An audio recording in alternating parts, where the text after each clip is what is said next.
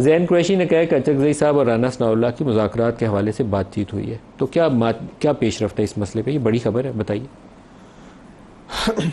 देखिए, अभी तो मेरे जिस तरह आप चीफ विप हैं, आपको नहीं पता होगा तो किसे पता होगा? लेकिन बहुत सारी बातें ऐसी होती हैं मलिक साहब जो इल्म होने के बावजूद बाज़ वजूहात की बुनियाद पर मीडिया के ऊपर जो है वो बयान नहीं की जाती। हम पूरी कोशिश कर रहे हैं कि अपोजिशन को साथ लेके चलें। पीटीआई की लीडरशिप को ये बावर कराने की कोशिश कर रहे हैं कि सियासी लड़ाई सियासी मैदान में दोनों लड़ते हैं। राना सनाउल्लाह को ऑथोराइज किया नवाज शरीफ ने बातचीत के लिए? देखिए, राना साहब की जिस लेवल जो बातचीत हुई है, मेरा ख्याल है राना साहब खुद उसके ऊपर बयान देंगे तो ज़्यादा मौजूद होगा।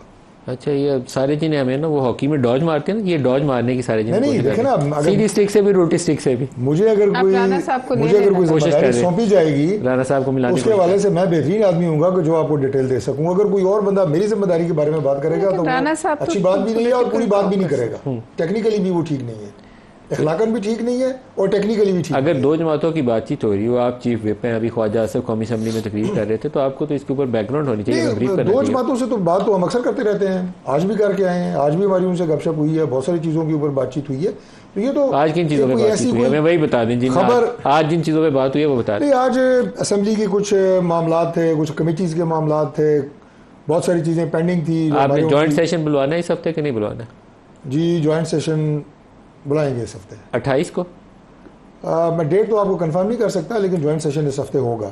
लेकिन जॉइंट सेशन के हवाले से मलिक साहब जो बुध वाले दिन की शायद था ना, बुध वाले दिन आप शायद बुलाने का, बुध या जुमेरात जॉइंट सेशन हो सकता है। लेकिन ये जो चमगोइयाँ हो रही हैं जॉइंट सेशन के हवाले से कि उसमें कोई बहुत बड़ी कोई बम फोड़ा जा रहा है, कोई बहुत बड़ी चीज़ लेके आई जा रही है, तो मैं ये अर्ज करना चाहता हूँ कि जॉइंट सेशन आपका इरादा क्या है? जॉइंट सेशन कोई लेजिस्लेशन हो ही नहीं सकती। जॉइंट सेशन में इरादा क्या? जो जॉइंट सेशन बुध या जुमेरात को हो रहा है उसमें नॉर्मल लेजिस्लेशन है। नॉर्मल लेजिस्लेशन क्या? पेंडिंग बिल्स, जजेस की तादाद वाला इशू भी है उसमें, क्योंकि ये तो सिंपल एक्ट ऑफ पार्लियामेंट, वो इशू नहीं होगा। ये वो बिल्स हैं जो ज़्यादातर जो साबका सदर हैं अलवी साहब, उनके दौर में रिजेक्ट हुए बिल। वो कौन से थे? मतलब उनकी तफसील तो मुझे नहीं है उनके कौन कौन से थे, लेकिन कुछ बिल ऐसे पेंडिंग हैं जिनकी नॉर्मल लेजिस्लेशन होनी है। वो रूटीन के बिल हैं, उसमें कोई बिल ऐसा स्पेशल नहीं है कि जो चौंका देने वाला हो या वो कहें जी को पटारी से कोई नई चीज़ ये जो ला रहे हैं। सुप्रीम कोर्ट के जजेस की तादाद है, ये आप कह रहे हैं कि ये जॉइंट सेशन में नहीं आएगी? आ ही नहीं सकती, ना आ रही है, नहीं आएगी। ये चलाएंगी, ये बड़ी खबरें चलाएंगी तो पेश हुए। लेकिन वैसे मैं आपको एक बात बताऊं, ये मुझसे ऑफ द रिकॉर्ड भी लोग पूछते रहते हैं कि सुप्रीम कोर्ट में जजेस की तादाद बढ़ानी चाहिए या नहीं बढ़ानी चाहिए। आपको भी ये सवाल पूछना चाहिए था, तो मेरा तो ख्याल है बढ़ानी चाहिए। लेकिन आपके इरादे जो देख के लगता है कि अभी फिलहाल कुछ 4 हफ्ते गुजार लें फिर बढ़ा लें। काजी साहब ने 25 को रिटायर हो जाना, नया चीफ जस्टिस आ जाना, वो एक अलग कहानी है। अलग कहानी नहीं है, आपकी कहानियां एक दूसरे के साथ मिली हुई हैं। मैं सिर्फ आपके इरादे के हवाले से बता रहा हूँ। कोई कहता है जी आप 20 करने जा रहे हैं, 25 करने जा रहे हैं, मैं तो कह रहा हूँ 50 होनी चाहिए। नहीं, 50 नहीं होनी चाहिए, होनी चाहिए, 5-6 बढ़ाने चाहिए। लेकिन ऐसे मुल्क में 25 अक्टूबर के बाद होनी चाहिए। एक ऐसे मुल्क में जहाँ 2.5-3 लाख मुकदमात पेंडिंग हो सुप्रीम कोर्ट में, और कत्ल जैसे मुकदमात पेंडिंग हो, और एक शख्स जो कत्ल करके आया है वो 15-15 साल से 18-18 साल से सरकारी मेहमान बना हुआ है, फैसले नहीं हो रहे, वहाँ पे तादाद 50 क्यों नहीं होनी चाहिए? मुझे अब ये बताएं। अभी इस्लामाबाद का सबसे मशहूर मुकदमा था नूर मुकदम केस। अभी आपने जो उसका कातिल है सरकारी मेहमान बनाया हुआ है, रोटियां खिलाई जा रहे हो उसे, किस लिए? जब साबित हो गया है, जब उसकी रहम की अपील भी मुस्तरद हो रही है, तो आप उसको क्यों आपने पेंडिंग रखा हुआ? मामला सुप्रीम कोर्ट में पेंडिंग है, अगले 5 साल फिर पेंडिंग रहेगा, तो तादाद 50 क्यों नहीं होनी चाहिए? मुझे आप बताएं। डॉक्टर तारिक साहब, तादाद बढ़नी चाहिए, लेकिन 25 को नया चीफ जस्टिस आ जाए फिर बढ़नी चाहिए। अभी आप कर क्या रहे हैं? मैं कहता हूं आपसे खबरें ये चलती हैं कि इस्लामाबाद हाईकोर्ट के 6 जज जो हैं उनको कैसे संभालना है। आज जस्टिस तारिक जहांगीरी आपके आने से पहले मैं उनका जिक्र किया, उनकी डिग्री का इशू था कराची यूनिवर्सिटी में, वहाँ प्रोफेसर को उठा लिया। तो अगर इस तरीके से आप मैनेज करेंगे तो फिर तो आपके ऊपर हमें सवाल उठाने पड़ेंगे। मुझे उस बात का इल्म नहीं है। आपने सिंध हुकूमत से पूछा नहीं? नहीं, मुझे उस बात का इल्म नहीं है। पता करें सर, इस बात का डेफिनेटली मुझे नहीं है, क्योंकि मैं उस सेक्शन को डील नहीं करता। सर आप पता करके खबर तो दे हमें। लेकिन जो प्रोफेसर साहब को क्यों उठाया था?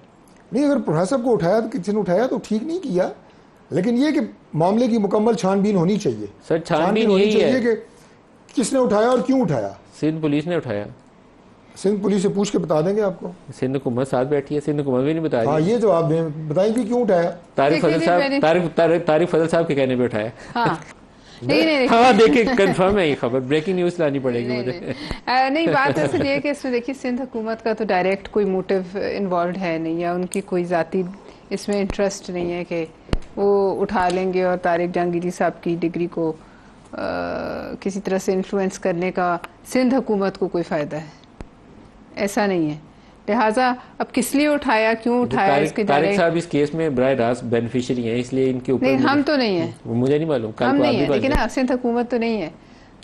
तारिक साहब हैं तो इनकी दरखास्त पे किसी इंस्पेक्टर ने कुछ किया तो मैं नहीं कह सकती। ये क्वेश्चन मार्क आएगा सर। कोई किसी मामले के बेनिफिशियरी नहीं है। और दूसरी बात ये है कि छूट गए ना, ना तारिक साहब का ये तरीकाकार है, और ना अल्लाह माफ करे तारिक साहब ने नहीं किया, सिंगल ना किसी देखिए मलिक साहब मेरी बात सुने, तारिक साहब ने किया नहीं होगा। मैं अर्ज करता हूँ, इस्लामाबाद में इस वक्त 22 थाने हैं। आप मुझे ये बताएं कि आप एक थाने के SHO को हटा दें, 2 को हटा दें, पुलिस सिस्टम में कोई तब्दीली आ जाएगी, नया SHO आ जाएगा, नया आ जाएगा। इस तरह नहीं होता कि आप किसी एक बंदे को किसी, अगर इसी स्पेसिफिकली केस की बात करें, एक ऑनरेबल जज साहब की बात हो रही है, तो मैं उनके खिलाफ अगर कोई टारगेटेड कंपेन है तो मैं उसके भी खिलाफ हूँ। और दूसरी बात यह है कि एक जज को हटा के गवर्नमेंट को कितना फ़ायदा मिल जाना है, नए जज साहब आ जाएंगे। आप जजेस को इस तरह तो नहीं कर सकते कि एक के खिलाफ कोई केस बन गया, वो साइड पे हो गया तो आपके सारे मसले हल हो गए। या ये एक और एंगल से बात, एक सिर्फ जुमला ये कह दूं, या खुदा ना खास्ता कोई सिर्फ एक ये जो है लग रहा होगा हुकूमत को, ओहो ये बहुत बड़ी रुकावट है, कोई ऐसी बात नहीं होती। अच्छा, मैं ये इल्जाम जो है ना ये नहीं सही।